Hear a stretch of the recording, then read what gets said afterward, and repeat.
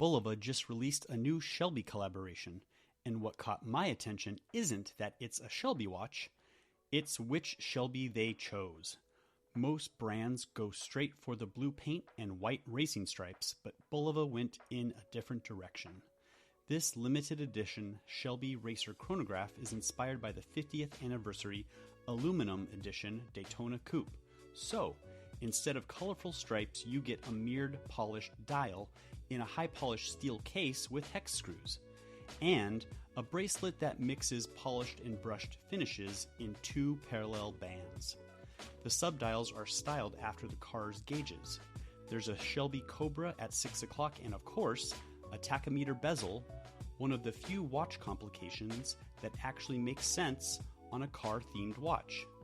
Inside is Bulova's high-precision NP20 movement, the same one used in the Lunar Pilot, accurate to seconds per year. It also comes with a model Daytona Coupe and a leather strap, giving a vintage leather car seat feel. This limited edition is priced at $1,425 and available now at bulova.com and authorized retailers.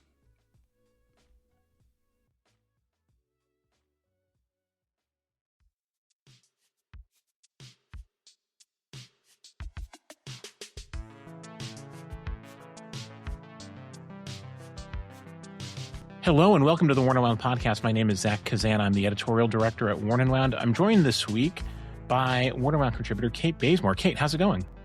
Hi. It's, we're recording this on a Monday, and it has yet again been a Monday. We're recording this even later than originally planned because I said I've been running perpetually behind since first thing this morning. So it's been that kind of day.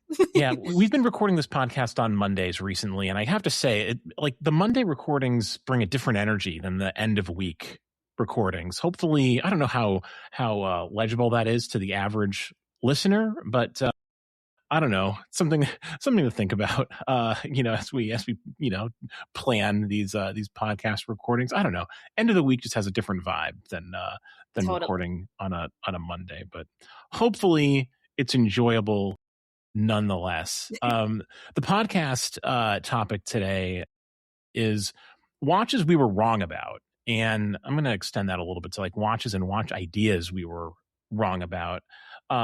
This is a bit of a, I don't know, similar idea to what Zach Weiss and I talked about last week, which is like the evolution of our collections and how collections have evolved. But we're specifically focusing today on mistakes we've made, things that we, either liked and now don't like, or the reverse of that, or conventional wisdom that is not held up. I think that'll be a fun, interesting conversation as we get into it. I was able to make quite a long list of, I don't know about you, of things that I feel like I was wrong about, because I'm wrong a lot, frankly. And I don't know, maybe you don't feel that you're wrong a lot, Cait, but I felt like I had no trouble making a list of things to talk about on this episode. Well, I would say maybe, and this is just a different type of flaw, like I would say the only reason that maybe my list isn't quite as long is because, I don't know, like I'm a person that can be maybe a little like apathetic about things. Like I don't like it's very seldom things that I have like super, super strong opinions about. And yeah, so, but again, that's kind of like a different, like I said, a different flaw. I did though, so I think I was kind of sharing with you when we were chatting beforehand, like one of the lists though that I did make was like watches that I thought I would love, but then ultimately did not. And like, I am a little afraid about like pissing those people off. So, well, listen, we can't worry about those things on this. This is we've got to just be ourselves, and be honest on this podcast. So it's totally fine. They're just our opinions, and if we were wrong or right about something, it's only in our heads, and someone else might have a different take entirely.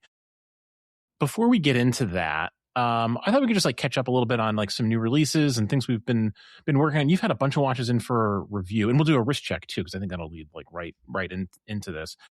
I'll go first because I know yours is relevant to the next segment of this conversation. I'm wearing my my Nomos Metro today. It's the limited edition they did with Ace Jewelers last year. It is 2 tones of orange on the dial. It's, not the most versatile color exactly, but I really like it. I like the teams at Nomos and Ace Jewelers, so it's just kind of a fun watch to wear. And I like the Metro case a lot too. This is the first time I've owned a Metro after owning a handful of Nomos watches over the years, but I've really taken to this case. So that's what's on my wrist today. How about you, Kate? Well, and I would actually, before talking about what's on my wrist, in the spirit of kind of crossing over to stories that we've written, I will plug an older story of mine that was really one of the most enjoyable pieces that I've gotten to work on in the past year or so, which was the conversation with Mark Braun, who is the designer of this watch. And he is a very cool and interesting guy, not just designing in the watch space, but across many, many different mediums, which really kind of informed the approach that he took to this model. And like, just, it made me appreciate the attention to just like very like minute details. So I would direct you back to that story if you've not checked that one out. But I am wearing my Vario, which we recently published. I mean, it's not mine. It's still just on loan with me, and I'm still enjoying it while I have it, which is a story that we published recently. And yeah, I do love the display of time that is less precise. Even though I did mention I found it a bit in conflict with the marine, styling, but on the whole, I'm actually quite interested in this display of time, and I've maybe gone down a bit of a rabbit hole to try to find more people that have done this sort of imprecise, more hour 15-minute interval focused display of time, which I find interesting. This is a single hand watch, so it's kind of like inherently I don't know, it's just like a different way of telling the time. I was going to say it's like less precise, but it's actually like it's precise. You just might not like see it at a glance in the same way that you would, on a 2-hand watch, where it's like the minutes are easily distinguishable. That's a whole other fascinating thing, by the way. I was like talking to somebody about this recently, of like when you're teaching children like time, that we learn by like the angles like of the hands, and like you think that you're looking at the corresponding number, but it really like that more at a glance appeal really has to do more with how your mind is calculating the angles. So yeah, the one-hand watch is an interesting thing. I reviewed a Meistersinger several years ago, which is they're a brand that's known for their one-handed watches, and that watch is also it's the Bell Aura, still one of my favorite reviews I've ever. It was just a really fun watch to write about because it's a chiming watch, kind of a precursor to the Bel Canto, literally using the same module essentially that the Bel Canto uses, made of course by Christopher Ward for Meistersinger. I'll leave a link to that review too. Kind of like an interesting little, now that the Bel Canto is taken off, that watch has kind of become like an interesting little like historical footnote. But I like a one-handed watch. I think that there's like, I don't know, it's a certain mood, to wear a one-handed watch. It sort of like forces you to like relax a little bit and chill out. Maybe a good watch for a Monday when things are, maybe that's why I've been running late all day. It's within the 15 minutes. That could be it.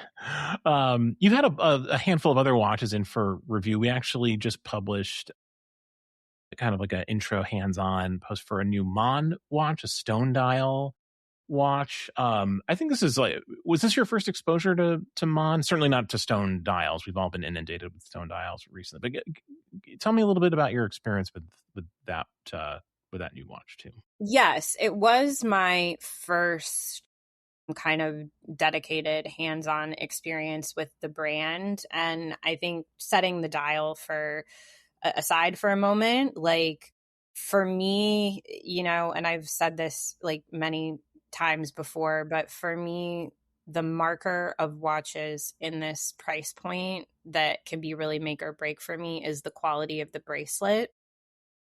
And I did enjoy the quality of this bracelet. I enjoyed the integration with the case. I enjoy the kind of interesting spin on a rectangular case shape. So I think this watch has some good things going for it. And even the stone dials, while I'm a little bit exhausted by the trend and think that we can, I mean, again, and it's like, I think I mentioned in this story, like, this is not like it's a new thing. This is a trend that comes and goes, and we've seen it come and go before. And I think it's maybe run its course. But that said, I do think that they made some interesting choice of stones for the dials that they chose. I think there's a certain variety that a lot of brands have gravitated towards, and we've seen like iterated on like over and over again. And here there are some interesting choices. They're all quite in like a neutral color palette. So I think a lot of times we think stone dial and we're thinking like bold colors and someone who needs to be a bit more avant-garde. And this to me would be like, if you are a person who really enjoys like a neutral color palette in your wardrobe, or that you kind of like your watches to be in that vein because you want them to be very versatile and go with lots of things. Like, I think these present an interesting choice of stone that, like, if you wanted just something with a little more visual interest, but while remaining in a very versatile and kind of toned down color palette, that these would be good for you. So, overall, I would say positive things, positive review. Yeah, I like this. So the Manhattan is, I think, a good platform for a watch. It's a good, it's a solid integrated bracelet watch. The ultra thin one, which is the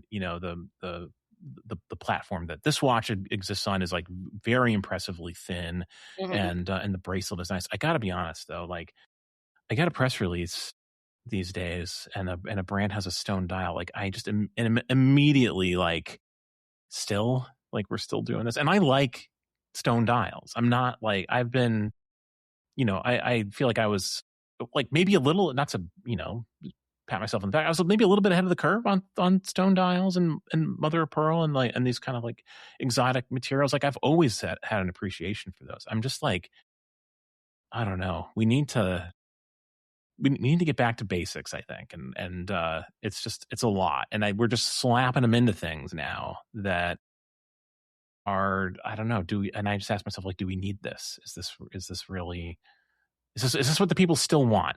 Or have we moved on? And I do agree with you. I absolutely have that same kind of eye roll reaction from like as a recipient of many like press kits on a relatively daily basis. And to that, I would say it's almost like the presentation and the fanfare of them is like part of the problem, where yes, that's a good like, point. Let's just like, okay, like they're kind of everywhere now. Like, let's just normalize it. Like, this is not groundbreaking, earth shattering news that you're adding a stone dial. Like, welcome to the club. Yeah. And so I think maybe the way that we're talking about them is part of the problem. That's a really smart point, and I think that that makes a lot of sense, because they are just an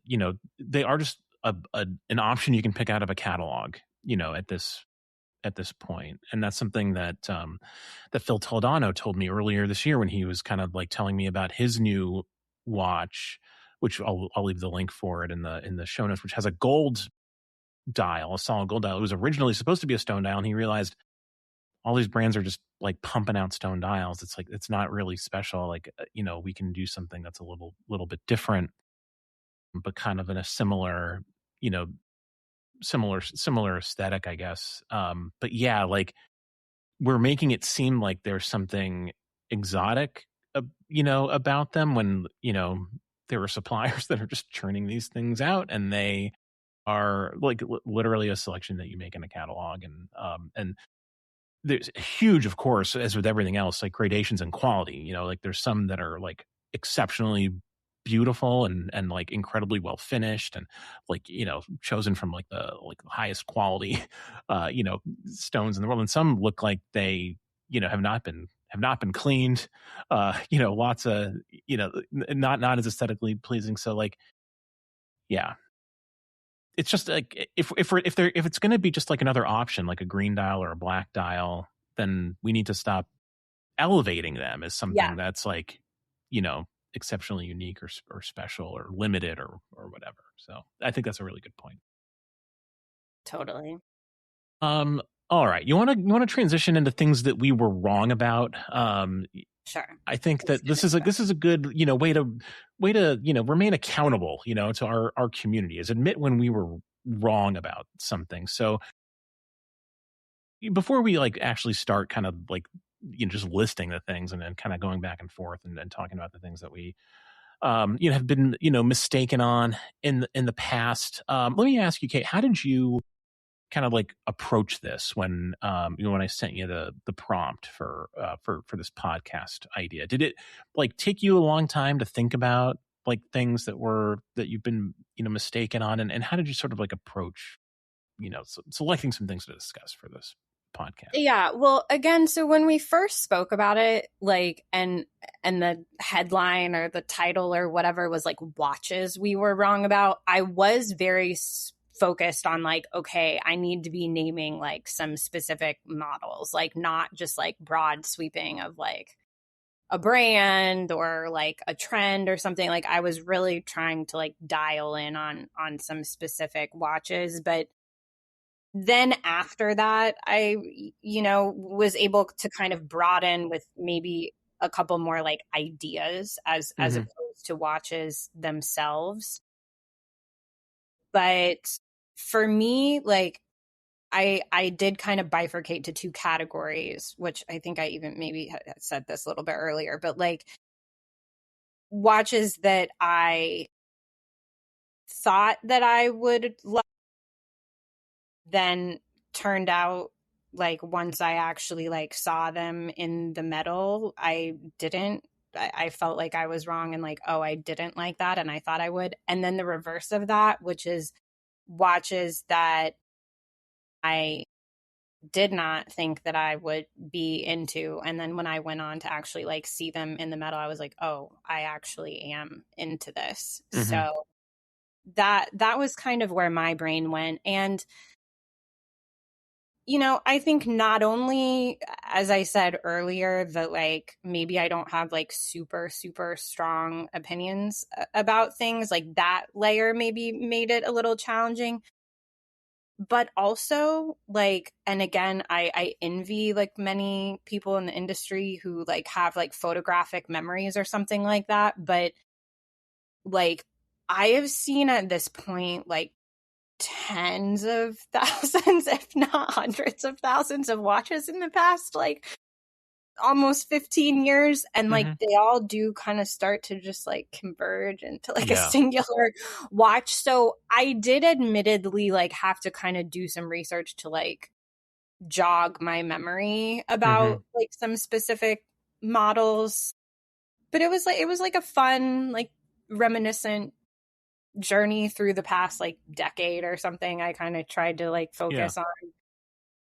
How about you? I'm actually very curious because I felt like my process was a little like all over the place. So what I did was I scrolled way back in my own Instagram feed just to Mm, see like the watches that I was like that I owned, you know, when I started posting watches on Instagram. And if I, you know, had any, because I would also sometimes like write little, as I still do, like write little, you know, like takes about watches and things, like, you know, when I post on Instagram, and just to see like what my, you know, thoughts were back then versus what they are now. And I actually found like a bunch of things that were like kind of like cringe inducing, like, oh, I can't believe I wrote that or thought that. And not so much like watches that I, you know, didn't like I would that I regretted owning or that I, you know, liked and now don't like, although there were certainly a few that I can talk about that, you know, I thought I loved and I thought would be keepers, lifelong keepers, and were not, at all. I just tried to put myself in the frame of mind of like Zach, like 10 years ago, and what was I thinking about? What was I drawn to? I think that, like, as Zach Weiss and I talked about last week, you go through like a normal sort of like evolution as as a collector over the course of time, just because you're exposed to things and not just watches, but also people and, writing and other media about watches. And it all is this like big soup of like, influences and, but which isn't to say that like you're going to identify things that you were like wrong about. I think also there's a distinction between like changing your mind about something and evolving, and also just like being wrong about something. And so that's where I started to like land on like principles and ideas that I had, like a decade ago, that I would not, hold up today as things that are true, So that's sort of like where my thought process wound up. I definitely like kind of, as I thought about it more, I leaned more towards like those ideas than like specific watches. But I have specific watches to talk about too. What I guess like let's start with with like something positive. So a watch on that bifurcated list of yours that you initially thought you weren't going to like, and then you saw and handled in the metal and realized, oh, I was wrong. I like this. What's an example of something in that category for you? Okay. Which one of these feels like a good one to start with? Maybe I will start with, okay, so this is, and to be honest with you, I like couldn't even nail down like the exact iteration, but it doesn't really matter, I think, for the sake of argument. But it was some version of the RM07, so like a Richard Mille. To be honest, like I never understood these watches. Like I didn't get it. If you had that amount of money, I didn't understand at all why that's the watch you would buy. From a like versatility perspective, like I do have a bias as somebody with like a smaller wrist and watches that I feel are just like not made for me and not for me. But there was a version of the RM07 that was like, I think it's like a black, like maybe like ceramic type version, and that's like very blinged out, like with diamonds, that I was able to try on at a dinner that they had like maybe a year or two ago, and it actually looked good on my wrist. And I thought, don't knock it till you try it, like, on your own wrist, even if like and again, like maybe this is segues to like a broader misconception of telling yourself, oh, my wrist is this size will never look good on me. Oh, my wrist is this size, this like shape and proportion will never look good on me. And I think it helped adjust my mind in that way. Again, if I had that amount of money, do I think that is the watch I would buy? Probably not. But it did kind of make me reevaluate, like, what do those people that have a cult following of that brand, like, what are they into? What do they appreciate? Like, how does that watch wear for them? So yeah, that's my first example. That's so I was not expecting you to bust out RM on this podcast. I have to admit, this is a huge blind spot for me. The Richard Mille, just in general, like I have a sort of like passing knowledge of the brand, but I have like very little experience handling these watches. Like I think like off the top of my head, I can think of 2 times in my life where I've like encountered like more recent Richard Milles, like in, like I was going to say in the wild, but it's not really in the wild. It's like it's at Watches and Wonders, or Geneva Watch Days, always, where I see these watches. And something about like it's often said, because it's true, like the ultralight like the super lightweight, Richard Mills that are made out of, their like proprietary, material is like, those are like insane. Like it's actually just wild, like how they are able to make something mechanical in such a lightweight package. You're used to like picking a mechanical watch and feeling some heft, and you pick up one of these watches and it's like, how is this physically possible? Like it doesn't really compute. That's impressive. This is a brand that is like, there's so much baggage with this brand, and like the sort of like the cult around it, and the way that it like it signifies a certain wealth and status. It's like it's just so hard to kind of like wrap your arms around it, or at least for me Totally. personally. Like, and I'm interested. I would be interested, to learn more, just because it is a legitimate blind spot for me, because I don't have a lot of experience. But like separating like the hype from like the actual like watchmaking and material innovation that goes into these watches is something that that's a project I think I should give myself for the future. Yeah, I mean, and I think for me, again, like it's why, like, I mean, I think I had never been like this, whatever this dinner thing was, it was like the one and only event of theirs that I like ever been like invited to before. I think anything that I had seen in the metal previously was at like a pre-owned like retailer. Like I don't think I had ever seen like a new sample like out of box of one of these watches like ever until this dinner. And I agree, like they were kind of a brand that I had just sort of like, again, like written off. Like that is not for me. That's not even really for the people that I write for, like in this industry, the audiences that I write for, the collectors that I write for, with the exception of the only thing that ever kind of drew me into curiosity is what you're saying in terms of like the technical and like functional innovation. And it was when Nadal partnered with them. And I was like,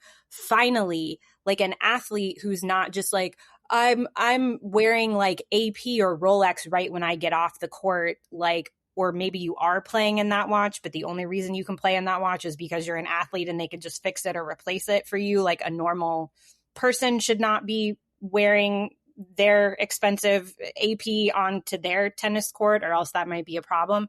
But to see an athlete who was actually partnering with a brand who could make a timepiece that was meant to withstand the forces and that would not impede play in any way because of the lightweight and all of that. So like, I agree, like that aspect, I think, of the brand almost like gets overshadowed by,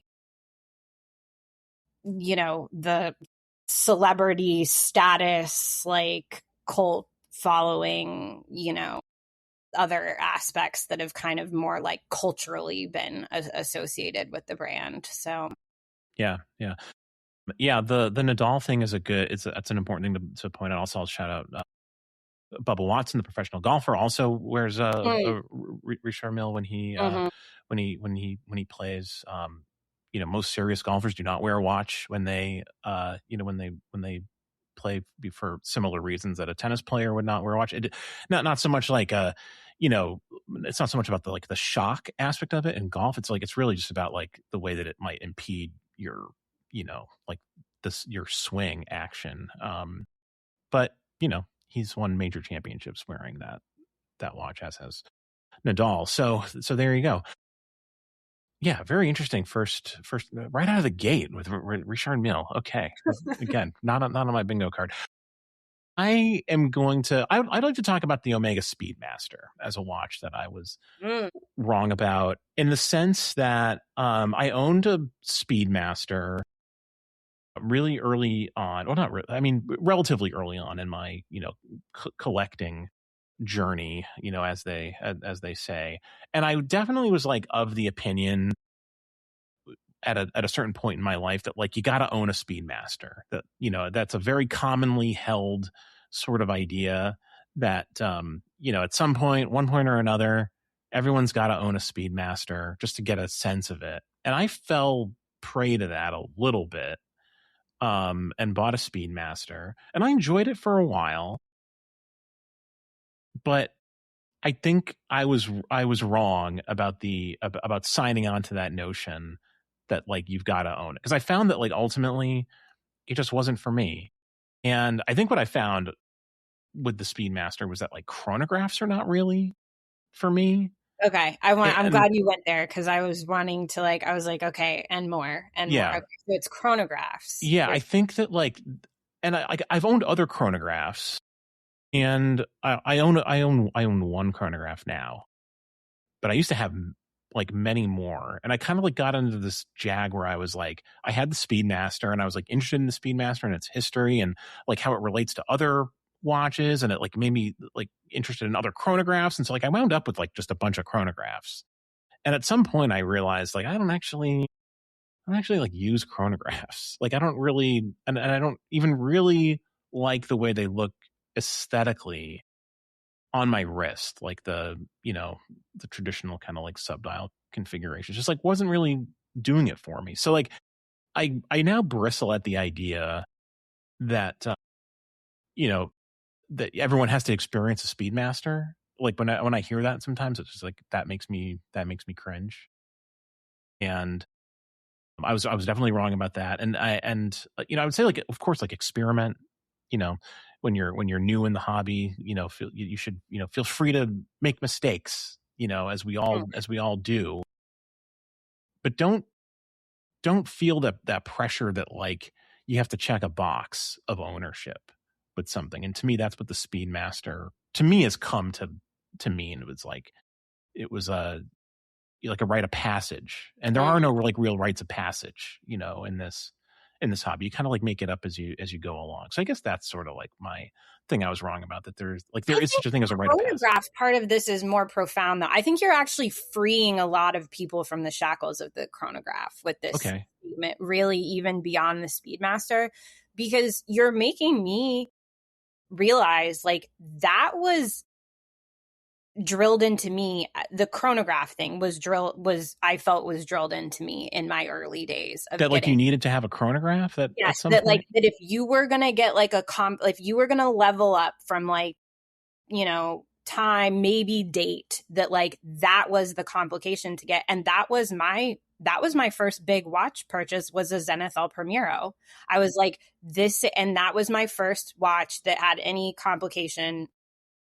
I don't even know if I had a watch that had a date on it prior to that. In all honesty, I think I only had time only watches. So you're making me realize something that I'd been kind of unaware of. Like I hadn't thought about that consciously, but that is the messaging that was given to me of like, that was the natural progression that you should kind of follow in your collecting journey. And like, that's absolutely not true. Yeah. Like, that doesn't need to be your first complication if you're looking to level into complications, nor is there any obligation to have a chronograph in your collection. Yeah. And I would go even further and say like you shouldn't feel like you need to like level up to a complication at all. Like there's nothing wrong with just being interested in time only or time and date watches. Like most of my watches are time only or time and date.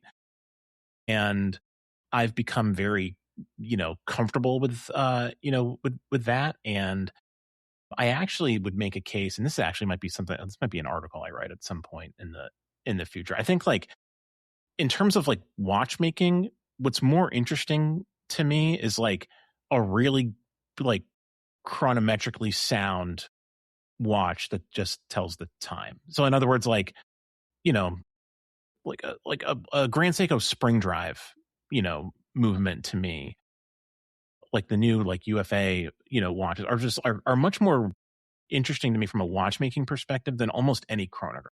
Like a chronograph, like is like it's an accomplishment to like make a chronograph, but it's like it's not actually like they're pumping these things out, on at alarming rates. Like they're mass produced objects at this point. Like there's no like mystery, behind a chronograph, and like some of them are like certainly very artfully done and very impressive. But like your kind of like basic chronograph is like it's not super special mechanically, but like a really well made mechanical watch that is like that is like beyond COSC certified, something like really special in terms of its, made special in terms of its chronometry is like, it's not a complication, but it's like, it's more interesting in terms of its watchmaking to me, in a lot of ways, as are ultra thin watches. And something, this is a an argument that I've heard some people make, that like ultra thin calibers are like essentially a complication unto themselves, which I think is like I think there's a case to be made there, because that is a real accomplishment to make an incredibly thin, thin watch. So okay, that would be a great segue to me to go into a watch that I wanted to love, but just can't. Go for it. Okay, and again, I'm going to preface this with, I think what Bulgari has done with the Octo Finissimo from this technical perspective is truly incredible. I mean, it's what, like at this point, like 20 world records that they have shattered with this watch. I want to love everything about this watch. Like, again, like I generally like Bulgari as a brand. I think they do cool stuff. There's literally one person I have ever seen that watch look good on. And they are a very specific build of person that is very not average. Like I can't like them. I can't. Yeah. I've tried them on me, even though clearly I'm not the right person. Many men in this industry, I just don't think they look good. Really just think the design, I think this is a function over form situation. And I mean, again, like every year they would come out and I'd be like, it looks so beautiful, like in the pictures, and like, and they've done like the stone dial thing too, and they did it well to my eye and stuff. But no, they don't. It just doesn't work. I think this is a really good take, and I think this is a watch where you see like the greatest delta between looks great in photos and like on paper is like such a cool idea, but then like in real life, it like, I don't know. I think that your point is exactly correct. Such a small sliver of the population actually looks good in an Octo Finissimo. So I was very curious about the smaller one this year that they introduced at Watches and Wonders, which is a 37 millimeters, I believe is the listed size. And like, it still feels like too big. And like, it just, because of the shape of the case, is just kind of like an inescapable sort of, I don't know. It has this like presence that doesn't quite work for me. I appreciate the craft behind it, and like, cause there is real craft behind it, and like their ability to kind of like, to integrate the bracelet and to make it so thin and lightweight, particularly in precious metals, is very, very impressive. There's a lot of impressive like watchmaking and manufacturing happening there. But yeah, like there have been times where I've seen like pre-owned Octo Finissimos on the market, like, and I've thought like maybe I should, and then I don't, because I like the handful of times I've like, oh, I want to be right. I want to be right. I don't want to be wrong about this watch. Yeah. But it's just, I don't know. Is there anything that could like save it, or is it just a shape that just doesn't work for you? Because I think for me, it's a shape. Like, I don't think that it's really a matter of like a different size or. I don't know. This is where like I don't know. I feel like I'd be speaking out of turn. Like, despite all the manufacturer tours and stuff that I've been to, like, I don't want to actually speak to like the real nuances and like immense, puzzle piecing together of many aspects that it take. Like, I don't know. I would feel like I was speaking out of turn I try to give it that kind of critique, because like, I'm sure that there is reason and purpose into like everything that they're doing in that watch. Like, I don't think it's like an easy fix. I think maybe if they've mastered it in this design, like, could we just try to apply that? Like, I don't know if there's a reworking of this. Is there taking these principles and applying it to something else? Maybe that's like where they would need to take this expertise and try to like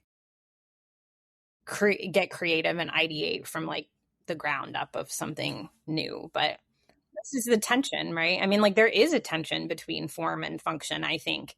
And that like, I think that honestly could like inform a lot of these like, you know, this subject matter that we're talking about of like something that like, oh my God, I really wanted to like appreciate this thing, but like the function just usurps the form, and like the form just doesn't like ultimately work. And Yeah, like I said, I think that's a major tension that watchmakers are up against regularly. for sure. And honestly, I feel that way about a lot of like independent watches that I see and that I read about that are just like really like interesting avant-garde designs that like I wouldn't want to own, that like I know like they wouldn't necessarily work for me. And like credit to the folks who like they do work for, or like they choose to own them in spite of the fact that like they maybe are not super practical or work well, on the wrist, because it's good to support like independent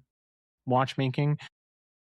But yeah, no, I think that's a real kind of like wall that people hit with, a lot of like avant-garde style kind of like independent watches. I mean, just like MB&F is like the obvious example here of like a watch that is like, I would like, in theory, I would love to own like almost any horological machine. Like they're so cool.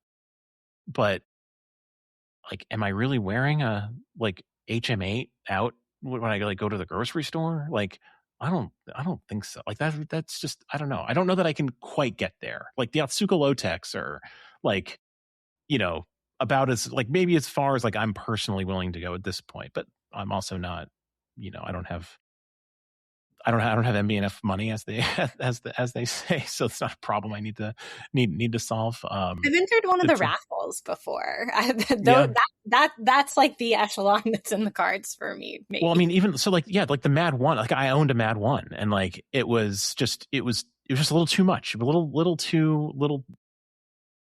a little too much for me to like wear outside of like a watch enthusiast environment. A great watch meetup watch, but like not a great watch to wear to the grocery store. That's fair. Which is really all I need. It's just a watch to wear to the grocery store. That's my primary. That to me is like the ultimate tool watch, is what can I wear in the produce section. All right. The next thing that I was wrong about, the thing that I'd like to talk about on my list is like, if you go back years even and listen to the episodes of this podcast, you could probably hear me say things like, I don't get sentimental about watches, and like I'm ready to cut ties with anything at any moment, if financial need arises, or if like the right watch like presents an opportunity. And I think I've come to the conclusion that I was wrong about that. I have like entered a more sentimental era of my watch collecting, life at this point. And I think it's just because, and this is very much a continuation of what Zach and I talked about last week. It's just like, my taste has kind of like been more like, I've pinpointed kind of like what I like a little bit more. And so like the watches that I choose to own have more meaning because of that. And with that comes a certain amount of sentimentality. But like I look at my watches now, the watches that I actually, like continue to own and wear. And like, I do find myself thinking like, well, I can't get rid of this watch because of like, it's connected to this person or this experience. And that's not something that I thought like 10 years ago. Like 10 years ago, I was like really cutthroat and was like, yeah, I will sell this. I will sell anything. These mean nothing to me. They're just objects. I had this like pretty detached sort of viewpoint, on these things. And like, I just don't anymore. And I don't know if that's growth, or if it's, just entering into, like I said, like a new phase of, my collecting and how I think about these things. But I always kind of like rolled my eyes a little bit, I have to be honest, about, with people who were just like, well, it's, this watch is, the watch I wore to blah, blah, blah event, or traveled to whatever country with, or, I get it now. So I was wrong about like not being overly sentimental. Do you have I watches? love that for you. That's so sweet. This was like the sweetest answer, like that I was not expecting in this. I mean, I'm just glad you're coming over to my side. I'm an extremely sentimental person. I know like people who are not seeing this on video, but if you can see this little thing right here, this is a birthday crown from when I was 16 years old that is now in its own little plastic like vessel and preserved there. So that's just on a bookshelf in my room that I'm pointing to if anyone is seeing a video version of this. But yeah, I'm like I'm like maybe too sentimental and like have a hard time letting go of things. So even if you're just like dipping a toe in this side of the world, like that was you, this was you were shocked by Richard Mille. I'm shocked by this very sweet change of heart. Well, listen, I don't want to oversell it. There are still watches I have. I'm actively trying to sell watches at the moment. I'm moving later this year. I'm trying to like defray costs like wherever possible. Like, get in touch with me if I have a watch that you like. Every little bit helps. But they're like, honestly, they're Seikos that are under a certain amount of money that is like, but like I've been very fortunate, to like acquire watches that are either like, made by people who become friends of mine or, made by brands that like I've really connected with. Good example is my, the Zeitwinkel that I own. Like I met the Zeitwinkel team at watches, at Geneva Watch Days, like 2 or 3 years ago, I guess, at this point. And I really like connected with those guys and with with Albert at Edelman in particular. And like it made me want to like own one of their watches. And I like moved some things around. It's an expensive watch purchase for me, and like I made it happen. And that watch just like it means so much to me at this point. Like I cannot see myself getting rid of it, even though like it's probably like a little bit too big and a little bit too thick. And like I can even envision a future version of me where like aesthetically like I move on and like that my taste is like a little bit different, but like the watch is like just loaded with kind of with meaning for me, and like it represents like a shift in my taste and like what I and what I appreciate about watches. And like that would be very hard to like to get rid of. So like I've allowed myself to like allow some meaning to come into these things where in the past maybe I was a little bit closed to that. And I feel good about that, honestly. Like I think that's like it helps me enjoy them in a different way. So yeah, I'm happy to be wrong about not being overly sentimental. I do. I like it for you. Great. Thanks, Kate. What's next on your list? What do you want to talk about next that you were wrong about? I can also step to like a broader idea. So, and listen, I do want to advocate for, do we need to be gendering watches? I don't know. Do women's watches need to be like pinholed into this very specific category? Like, absolutely not. Like, we need diversity and versatility for watches that fit female wrist proportions. I'll try to say that most eloquently. But I do think there is this thing drilled into your head that's like, hate gem setting, hate mother of pearl dials, like anything that goes into that trope, like you must resist and remain firm, or else they're going to just keep like taking their liberties with these very stereotyped female stylings. But actually, well, and too, like gem, from a practical perspective, I was also kind of taught at one time, like gem setting, like you're paying like all this money for very small gems. And if you go to resell that watch, like it's not really going to retain like that value. So multiple things told me as a woman in this space, like hate gem setting at all costs. And now, no, I'm like, no, I can like gem setting if I want to. And if it doesn't hold value in my watch and I like that aesthetically, who cares? It does not have to be inextricably linked to female watch stereotypes that are problematic.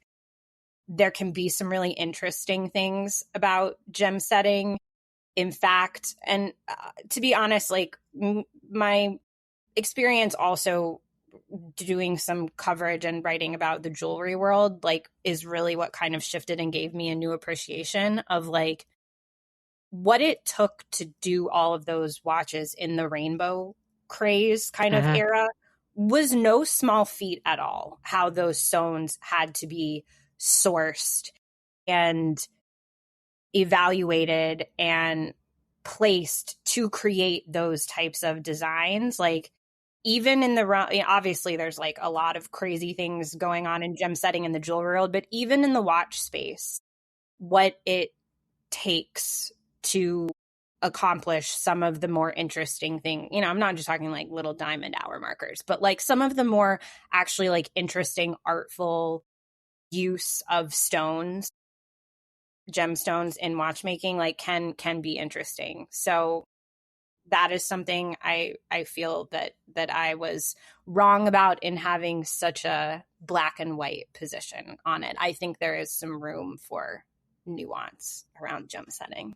I completely agree with that. I think that the so gem set watches are not really like to my taste, I would say, but I think that we ignore like the craft behind it, like at our peril, because like there really is like a lot of especially some of the pave, like who was it? Wasn't it like Urwork or something that did some like absolutely bonkers like pave piece that was like really did like echo the stars or whatever they were trying to accomplish. Like, again, like not only it's like the sourcing of the stones, like the placement of them, the considerations like we were talking about before, design and technical of like the weight consideration that has to go into the design. Like it's much more nuanced than people think in certain circumstances. Yeah, no, for sure. I think that there's like, I mean, similar to like the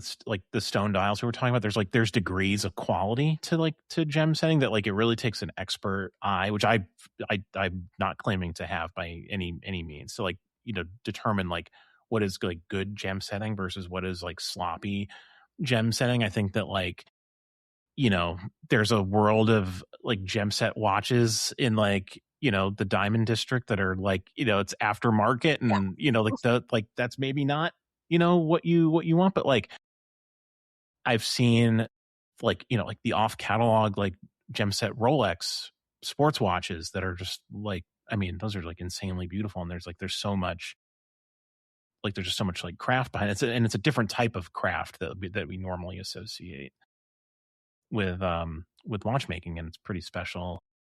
And there's a reason why why those are off catalog, frankly, and why there's so few of them, because it's such a challenge to make, even for, the most industrialized watch brand in the world, which is, Rolex. So like there's no shortcuts there, to do it really well. That's a good one. I think we talked about a bunch of things that we were wrong about on this episode. I think I have a handful of things that I can continue with, but I want to save it for a future episode. Frankly, I have a bunch of ideas. I think we could do a part 2 to this as well, actually. Yeah. And I think that like this is like a thread that we can continue to pull on, like the way that our our thoughts have evolved, our opinions have changed over the course of time. I like these conversations. So I think we can cut it there. I do want to move on to cultural recommendations. I did ask you to bring something. I have a good one. But let's start with you, Kate. What's your cultural rec for this week? So it's going to start a little New York specific, but then I'm going to make it bigger than that. So this past weekend, for the first time ever, I went to the like super famous branch of the New York City Public Library, like the one Sure. with the lion heads. Yeah. And it is extraordinarily beautiful, like in the way of that, like a church, might be. And I had kind of a set amount of time. I was sort of doing it in between a couple things, and I was in that part of town. But like a couple hours was simply not enough. I want to go back. But it also just made me like reminisce about like other library experiences. Like when I was in college, like I didn't like, we had like a student learning center where a lot of people like would go to study and like write papers and stuff, but I was always like a library girl. Like that's like, even if I was not researching something, like I just wanted to be among the books like while I was studying and doing something.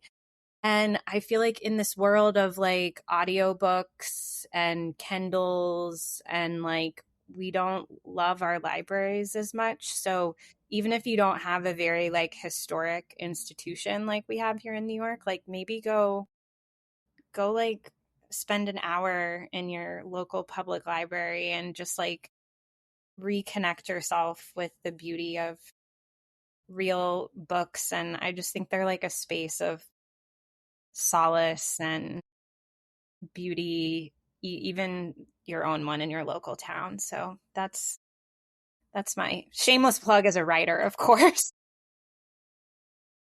Great recommendation. I love that recommendation to support your public library. I was actually just having a conversation with a friend of mine locally, maybe within the last like couple of weeks, about the Boston Public Library, which is like in a lot of cities, the Boston Public Library would be like considered like a great museum, like a destination museum for that. Like it is like it has like a world class like art collection, and you get like a guided tour of the Boston Public Library. It's another I'm like, well, now I want to go there too. Beautiful building in the Back Bay in Boston, and yeah, library, like especially like like the New York Public Library obviously is a very important library and a major cultural institution. Boston Public Library is similarly important, but yeah, these libraries are like and the history of them is very very interesting. A lot of times, it's like if you can get I'd say if you can get a tour of, if you live in an area where there's an important like historic public library, like those are often like very interesting. I remember when I was a little kid, my parents took us to the New York Public Library and we went on the tour, and I remember my sister and I both thought, like, why are we going on a tour of a library? This is like so silly. But I remember like it has stuck with me. So yeah, that's a great cultural rec. My cultural rec is not nearly as highbrow as going to your library. Although someday you'll be able to see this at your public library, which I would support. I saw The End of Oak Street, which is the new dinosaur movie starring Ewan McGregor and Anne Hathaway in theaters like about a week or so ago as we record this. Just like a lot of fun. I gotta say, like I had very low expectations going into this movie. I love a dinosaur movie, though. Jurassic Park is a movie I often cite as like, if someone asks me what my favorite movie of all time is, I will often just say like Jurassic Park. That is like a reflexive answer. And there aren't actually a lot of great dinosaur movies. And I'm not saying that The End of Oak Street is a great dinosaur movie, but it is like a pretty compelling movie with dinosaurs, I have to say. And the presentation of the dinosaurs in this movie is like no other presentation of dinosaurs in any movie I've seen. They have like fur and feathers, and you see them, having natural bodily functions, which is unusual in any movie, and not something I think I've ever seen. And it's very strange. It's very violent in a sort of like, in a really fun way for like a summer popcorn movie. I just had a lot of fun seeing this movie. It's also like short. It's like it's barely 90 minutes.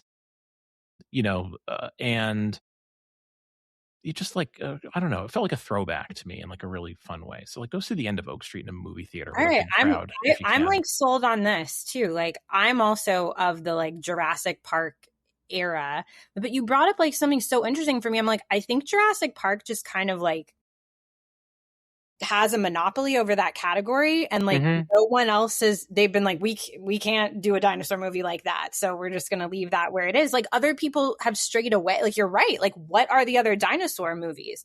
And the other selling points you've given me are it's under 90 minutes, because I think movies today have a major editing problem and they're too long. And the cast, Ewan McGregor, Anne Hathaway, like say less. These are two of my all-time favorite actors. So yeah. Anne Hathaway is on an absolute tear this year. She's in like 5 movies and like and also like had another baby. Yeah. Good like for her. She's rocking all areas. Yeah. It's like it's a lot of fun. I don't want to say too much because there are like surprises in the movie, and like little twists and turns and things that are like genuinely unexpected. So I don't want to like talk too much about it. It is like, this is also something that's been, mentioned in a lot of reviews ever, but it is basically like a long Twilight Zone episode. So if you're like a Twilight Zone fan and like that sort of like vein of science fiction, like it's pretty high concept and thoughtful in ways that like I didn't really expect. So yeah, go see The End of Oak Street if you can. I think it's like kind of considered like a box office failure. It didn't really do as well. Weird time to be. I mean, you got Spider-Man and the Odyssey and like all these kids movies in theaters. Well, here's so it's my like, last question for you. Do you feel it's important to see this in theaters? Like I had a great time in the theater. Worthy of a theater viewing. So I happened to see it in a theater on a Monday night, and it was crowded. It was a almost sold out screening, and it was a lot of fun because it's the kind of movie where people are like laughing and hooting and hollering as like as dinosaurs are eating people, frankly. So like that was really fun. It definitely benefits from that sort of environment if you can see it in a crowded theater. I'm worried that it's like now like not getting like the best word of mouth, or people are still seeing Spider-Man or whatever, and it's like maybe not it won't be in theaters for as long. I think you can still enjoy it at home. It's not the kind of movie that like is not going to translate at home, but go see it in a theater if you can. I just really random. I just saw in our local paper this morning, the Concord Monitor, shout out Concord Monitor, another local theater in Londonderry, New Hampshire is closing. It's been open for less than a year. What is happening? Go see movies, people. Like, come on. Like, let's make a plug for the libraries and for the movie theaters. Let's get out in the real world and do things in physical spaces again. I think that's a good note to end on. I think we can end it there. Go outside in the world. Touch grass, as they say. Is that what the kids say? Touch grass? Maybe in a different context they say that. Cait, thank you very much for coming on the podcast. It's always a pleasure to have you. And thank you, everyone, for listening. As always, we will be back next week with another all-new episode of the Warner Mound podcast. Until then, take care.